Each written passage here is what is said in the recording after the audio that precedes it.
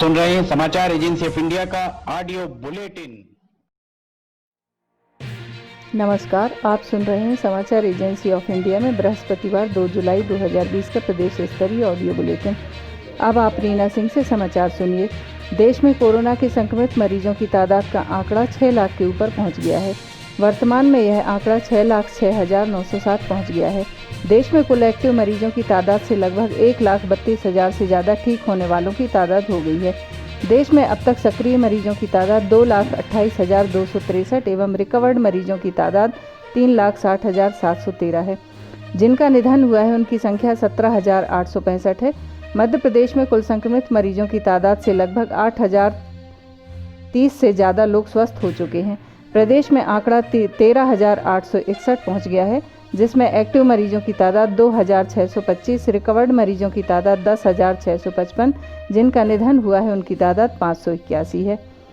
प्रदेश में जिन जिलों में कोरोना के संक्रमित मरीजों की तादाद 200 से ज़्यादा है, उनमें इंदौर में 4,734, एक्टिव मरीजों की तादाद 950, भोपाल में 2,830, एक्टिव मरीजों की तादाद 455, उज्जैन में 859, एक्टिव मरीजों की तादाद 19, मुरैना में एक्टिव मरीजों की संख्या 481 एवं सक्रिय मरीजों की तादाद 309, नीमच में 446 एवं एक्टिव मरीजों की तादाद 21, जबलपुर में कुल मरीजों की संख्या 405 एवं एक्टिव मरीजों की तादाद 69, बुरहानपुर में 401, एक्टिव मरीजों की तादाद 14, ग्वालियर में 393, कुल संक्रमित मरीजों में से एक्टिव मरीज 103, सागर में कुल मरीजों की संख्या 376 एवं एक्टिव मरीज की तादाद 92, खंडवा में 317 एक्टिव मरीज और 37, खरगोन में कुल 298 एक्टिव मरीजों की तादाद 33, भिंड में 245 संक्रमित मरीजों में से एक्टिव मरीज 107 एवं देवास में 220 एवं एक्टिव मरीजों की तादाद 24 है। प्रदेश में होशंगाबाद, डिंडोरी, अनूपपुर एवं उमरिया में एक्टिव मरीजों की तादाद 0 है। राज्यपाल श्रीमती आनंदीबेन पटेल ने मंत्रियों को पद एवं गोपनीयता की शपथ दिलाई। मंत्रिमंडल विस्तार शपथ ग्रहण कार्यक्रम का आयोजन राजभवन के संदीपनी सभागार में किया गया था। समारोह में मुख्यमंत्री शिवराज सिंह चौहान उपस्थित थे। शपथ ग्रहण कार्यक्रम में 20 कैबिनेट एवं 8 राज्य मंत्रियों ने शपथ ग्रहण की।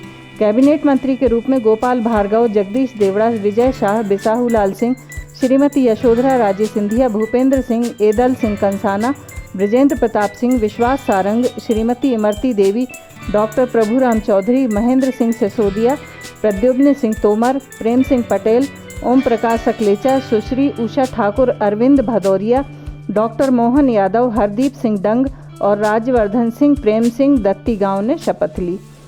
राज्य मंत्री के रूप में भारत सिंह कुशवाहा, इंदर सिंह परमार, राम खिलावन पटेल, राम किशोर कांवरे, ब्रजेंद्र सिंह यादव, गिरिराज दंडोतिया, सुरेश धाकड़ और OPS भदौरिया ने पद एवं गोपनीयता की शपथ ली।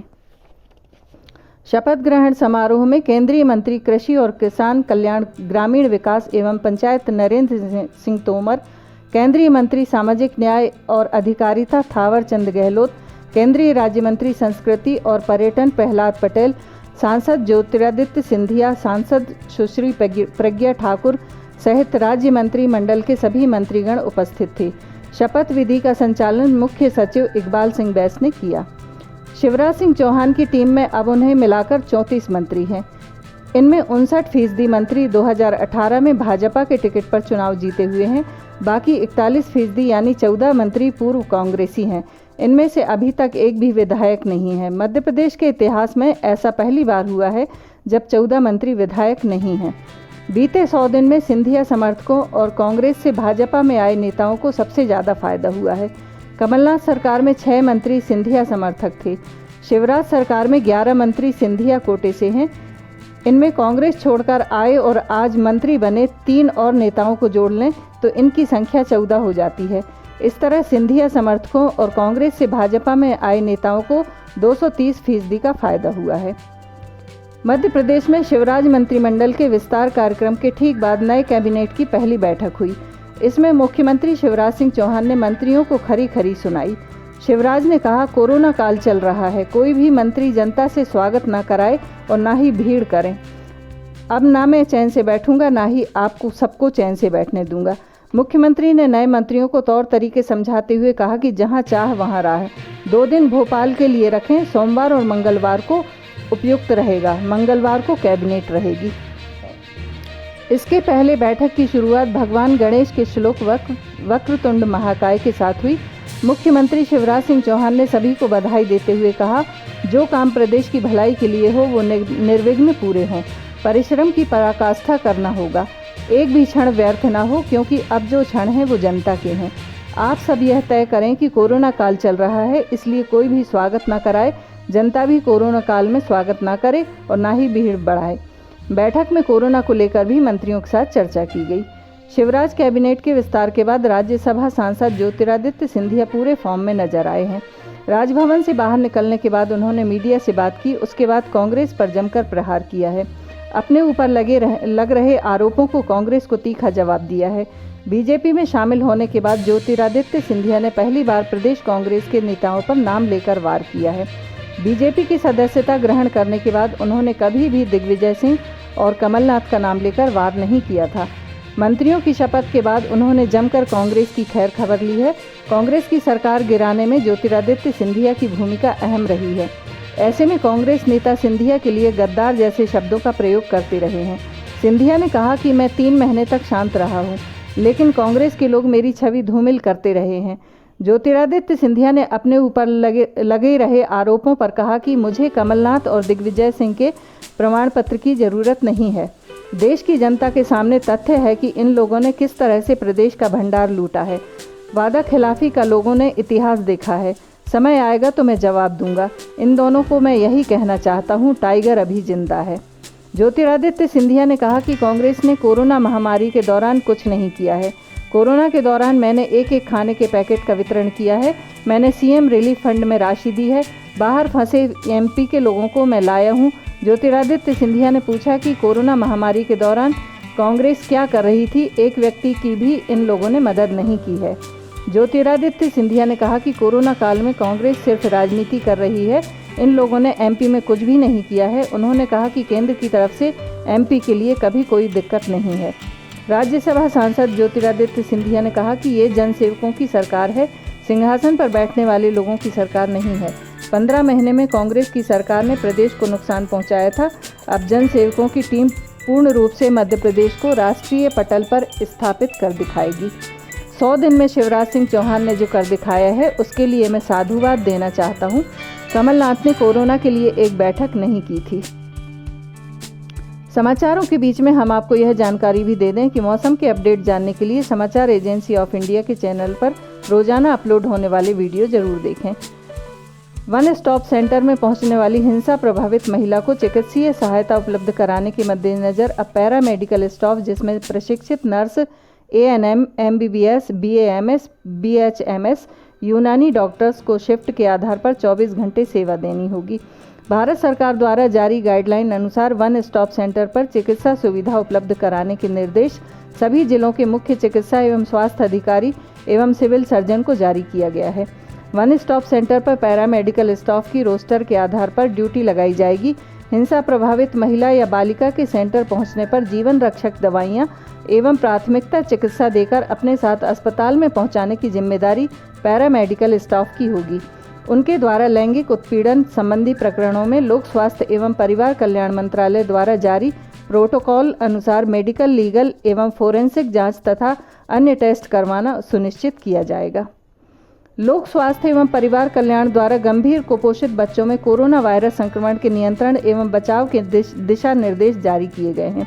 उल्लेखनीय है कि गंभीर कुपोषित बच्चों में सामान्य बच्चों की तुलना में आम बाल्यकालीन बीमारियों से 9 से 20 गुना अधिक खतरा रहता है। अतः पोषण केंद्रों, SMTU एवं स्मार्ट यूनिट एम्स भोपाल से भर्ती गंभीर कुपोषित बच्चों में कोरोना वायरस के संक्रमण के नियंत्रण और बचाव के लिए दिशा निर्देश जारी किए गए हैं। NCR में भर्ती के समय समस्त बच्चों में कोविड-19 के लक्षणों जैसे तेज बुखार के साथ सर्दी, खांसी व सांस लेने में तकलीफ की जांच एवं कोविड-19 के लक्षणात्मक बच्चों को कोविड-19 स्क्रीनिंग वार्ड में रेफर कर पुख्ता इंतजाम किए जाने के निर्देश दिए हैं। भर्ती बच्चों में चिकित्सीय जटिलता, सामान्य होने पर एनआरसी से छुट्टी की जाए। किसी भी दशा में उन्हें एनआरसी में अनावश्यक रूप से 14 दिन तक न रखा जाए। छुट्टी होने पर मां अथवा देखभालकर्ता को बच्चे की घर पर की जाने वाली देखभाल संबंधी समझाइश एवं आवश्यक औषधि व मल्टीविटामिन सिरप प्रदाय की जाए। कोविड-19 की सक्रिय संचार अवधि से जुड़े खतरे को दृष्टिगत रखते हुए छुट्टी प्राप्त समस्त बच्चों को 15 दिन के अंतराल से दूरभाष पर फॉलोअप किया जाए। केवल चिकित्सकीय जटिलता वाले बच्चों को ही एनआरसी में फॉलोअप के लिए बुलाया जाए। समस्त एनआरसी स्टाफ भर्ती बच्चों की माताएं, देखभालकर्ता एवं भर्ती बच्चों द्वारा नियमित अंतराल से साबुन से हाथ धोने की क्रिया को व्यवहार में लाने के निर्देश दिए हैं। पोषण पुनर्वास केंद्र में प्रवेश पर हाथ धोना, हैंड सैनिटाइजर का उपयोग अनिवार्य रूप से किया जाए। इसके लिए हैंड सैनिटाइजर तथा साबुन पानी की व्यवस्था सुनिश्चित करने के निर्देश दिए गए हैं। जबलपुर जिले में कोरोना का कहर थमता नजर नहीं आ रहा।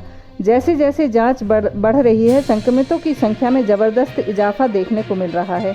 अब स्थानीय प्रशासन ने बुधवार से घर घर जाकर लोगों की जांच शुरू की तो पहले ही दिन 118 कोरोना संक्रमित मिल गए। ऐसे में जिला प्रशासन के हाथ पांव अब फूलने लगे हैं।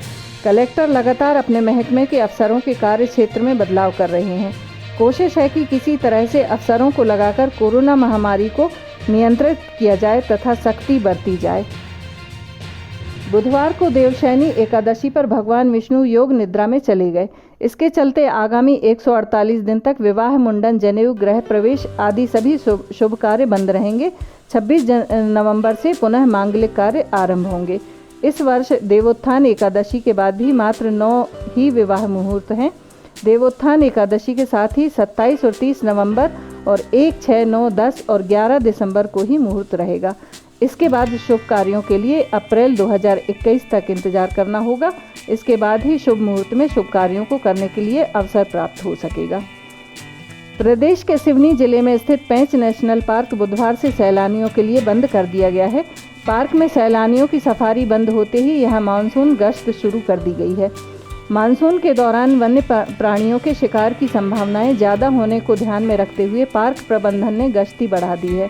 पहले दिन फील्ड डायरेक्टर ने अमले के साथ पार्क में पैदल गश्त की। इस दौरान उन्हें बाघ के दीदार हुए।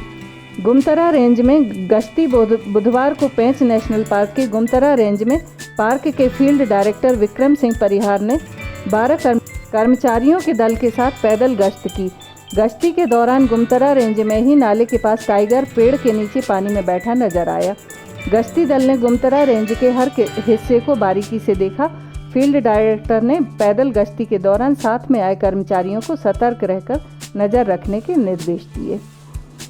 आप सुन रहे थे रीना सिंह से समाचार एजेंसी ऑफ इंडिया में बृहस्पतिवार 2 जुलाई का प्रदेश स्तरीय ऑडियो बुलेटिन। शुक्रवार 3 जुलाई को एक बार फिर हम ऑडियो बुलेटिन लेकर हाजिर होंगे।